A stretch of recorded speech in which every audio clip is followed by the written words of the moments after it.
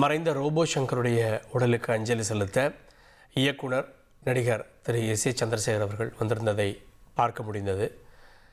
சின்னத்திரையில் தொடங்கி வெள்ளித்திரை வரை கலக்கிய மறைந்த நடிகர் ரோபோ சங்கருடைய திரை பயணம் என்ன என்பதை இப்போது பார்க்கலாம். தமிழ் சினிமாவில் எல்லா நகைச்சுவை நடிகர்களுக்கும் ஒரு தனி அடையாளம் இருக்கும்.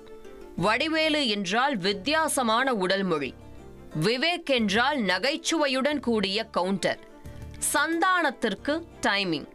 அதேபோல் ரோபோ சங்கர் தன் மிமிக்ரி நடன திறமையால் ரசிகர்கள் மனதில் பதிந்தவர். மதுரையை பூர்வீகமாக கொண்ட ரோபோ சங்கர் ஆரம்ப காலத்தில் தன் திறமையை வெளிப்படுத்த களமாக இருந்தவை கல்லூரி நிகழ்வுகள், போட்டிகள், கலை விழாக்கள்.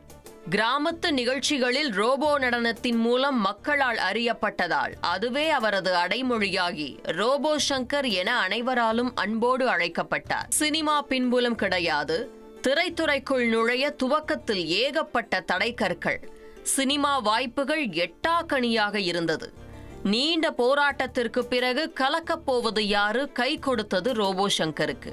சிலையை கூட தன் நகைச்சுவையான உடல் மொழிகளாலும் மிமிக்ரியாலும் சிரிக்க வைக்கும் திறமை கொண்டவர் ரோபோ சங்கர் என அனைவராலும் பாராட்டப்பட்டவர். திறமை இருந்தாலும் வெள்ளித்திரை ரோபோ சங்கரை தாமதமாகவே கண்டெடுத்தது. தீபாவளி, இதற்குத்தானே ஆசைப்பட்டாய் பாலகுமாரா, ரௌதிரத்தில் சிறிய கதாபாத்திரத்தில் நடித்து ரசிகர்களை கவர்ந்தார் ரோபோ சங்கர். ஆனால் தனுஷுடன் நடித்த மாரி வேற மாதிரி புகழை தேடித் தந்தது ரோபோ சங்கருக்கு.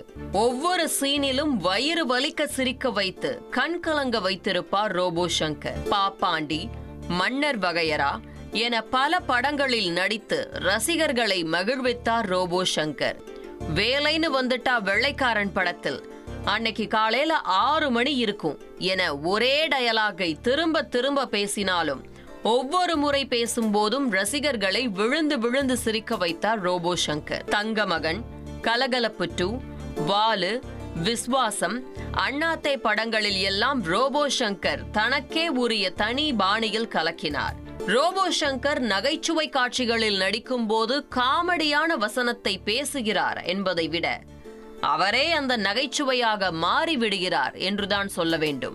நடந்தால் சிரிப்பு, நின்றால் சிரிப்பு, நடனமாடினால் சிரிப்பு, அமைதியாக இருந்தாலும் சிரிப்பு என ரோபோ சங்கரின் உடல் மொழி இயல்பாகவே ஒருவரை சிரிக்க வைக்கக்கூடிய அளவு வித்தியாசமானது.